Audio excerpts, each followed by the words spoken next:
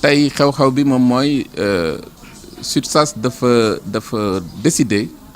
li nga xam ne moom la nekkoon muy jàmmaarloo ak administration bi mu daal di koy bàyyandi li ko waral moom mooy dañ ne woon juróomi poñ a ngi nii suñ ci indee saafara ñi dem liggéey ci juróomi point yooyu mu am ñett yoo xam ne moom directeur bi sax daf ne yii kat man daf ma jéggi dayoo yii sama maqaama eggu fa ñi nga xam ne ñoom ñooy ay supérieur am muy docteur Malick Ndiaye médecin chef région bi muy monsieur Talla Sylla président conseil d'administration ñoom ñu dem woote conseil bi def ay jéego ñi daal di décider ci ñetti poñ yooyu moom mooy poñ bi nga xam ne dafa concerner chefu laboratoire bi moom mooy point bi rattaché scanner bi à l'imagerie au service d'imagerie ak création service d'exploration ñun ñu ne comme que loolu am na te population yi ñi ngi continuer di am problème pour faju léegi nañu bàyyandi waaye te dañuy continuer liggéey bi ak moom dañuy déposer préavis de grève boo leen ko déggee mooy maanaam fekk fanweeri fan bu ñu gisee ne dara li ñuy séntu amuñu ko ñu daal di génnaat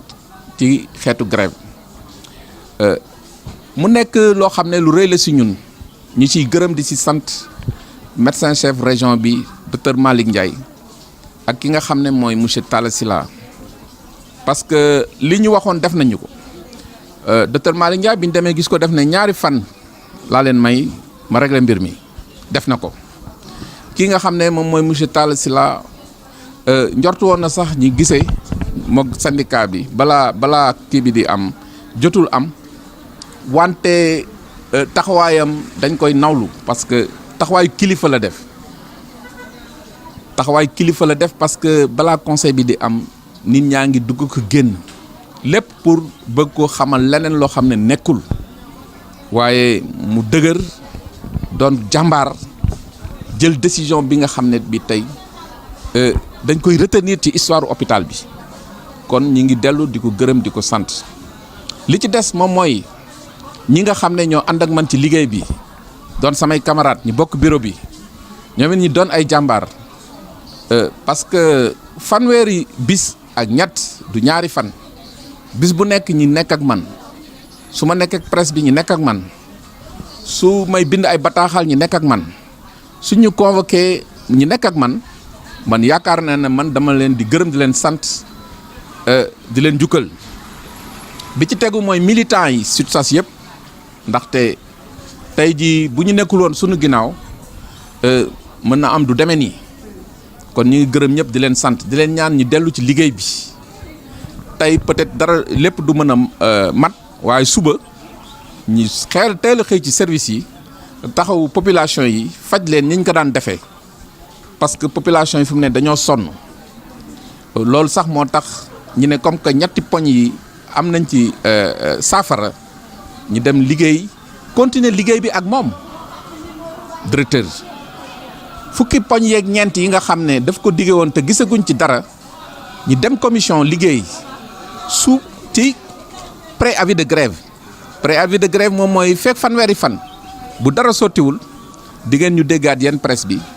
ñu ne hôpital kat le directeur ba waxoon jëfew ko kon loolu laa leen bëggoon baaxee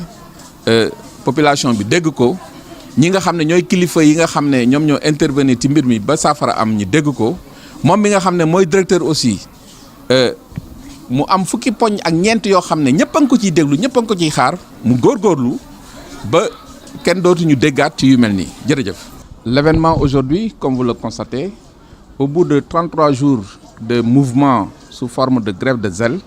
le SUTSAS décide de lever le mot d'ordre. Et le pourquoi? Aujourd'hui, sur les 5 points d'achoppement, il se trouve également que les points auxquels le directeur se disait incompétent, aujourd'hui, les autorités comme le médecin-chef de région, le président du conseil d'administration se sont investis et à travers un conseil d'urgence, 3 de ces 5 points ont été réglés. Donc, Aujourd'hui, fort de cela, les populations qui continuent à souffrir, le SUTSAS décide de lever le mot d'ordre et de poursuivre le travail. Parce que nous n'étions pas partis pour les 3 points là. Le mémorandum autour desquels s'est articulé le mouvement, c'était au nombre de 17 points. Aujourd'hui, donc, il reste 14 autres points à satisfaire. Et ces points, qui est à la portée du directeur, parce qu'après 2 jours de négociation, il avait déjà donné son accord et avancé des dates. Maintenant, nous allons retourner vers lui, signer le PV et le protocole d'accord, arrêter un calendrier de travail. Mais également, sous préavis de grève. Préavis de grève signifie qu'au bout de 30 jours, si les réalisations ne sont pas parfaites, effectivement, nous allons retourner en mouvement par un arrêt de travail à travers des grèves. Et c'est le moment de remercier et de féliciter le président du conseil d'administration parce qu'il a fait preuve de maturité, il a usé de son autorité, il a été courageux parce qu'à la veille de la séance, il y a eu beaucoup de personnes mal intentionnées qui étaient là pour influer sa décision. Et malheureusement pour eux, et heureusement pour les populations, pour la majorité également. Donc c'est le lieu de le remercier encore une fois, de le féliciter, tout comme le médecin-chef de région, Dr Malick Ndiaye, qui aussi est à l'initiative de tout cela, parce que quand nous sommes partis le voir, il nous a promis que dans les 48 heures, je vais régler le problème. Je vais voir le directeur, ensuite je vais contacter le président du conseil d'administration, qui se trouve être le maire de Thiès, M. Talla Sylla. Nous nous remercions encore une fois. Et maintenant, ce qui reste à faire également, c'est de remercier les camarades qui sont autour de moi, les membres du bureau. Applaudissez. C'est des gens qui, pendant 33 jours, ont été autour de moi, des responsables. Ils étaient sous la chaleur, ils étaient engagés, déterminés. Tout cela pour que la vérité triomphe. Et c'est aujourd'hui le cas. Maintenant également, remercier tous les militants du SUTSAS, des travailleurs qui sont là, qui ne réclament